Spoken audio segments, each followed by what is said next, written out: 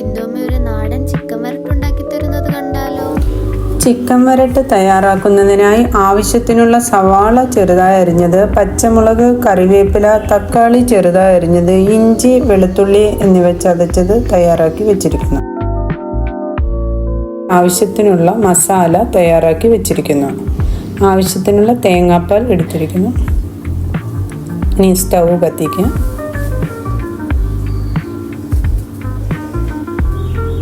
അതിലേക്ക് പാത്രം വെച്ച് കൊടുക്കാം.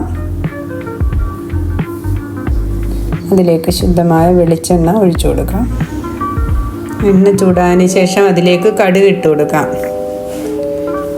അതിനുശേഷം അരിഞ്ഞു വെച്ചിരിക്കുന്ന സവാള, പച്ചമുളക് എന്നിവ ചേർത്ത് കൊടുക്കാം.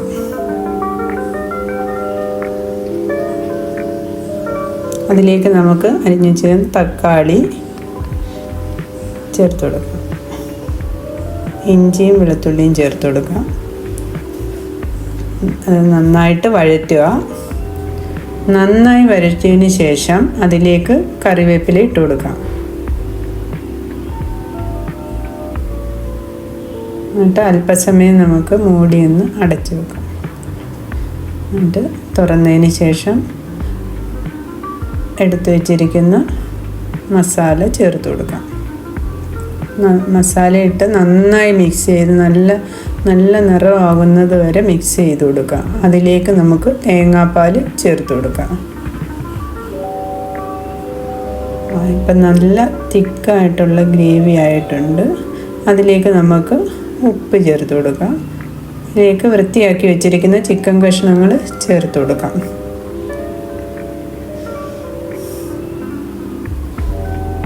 എന്നിട്ട് നന്നായിട്ട് നല്ലതായിട്ട് ഇളക്കിയിട്ട് അത് നമുക്കൊന്ന് മൂടി വെച്ച് അല്പസമയം ചെറിയ തീയിൽ വേവിക്കാം.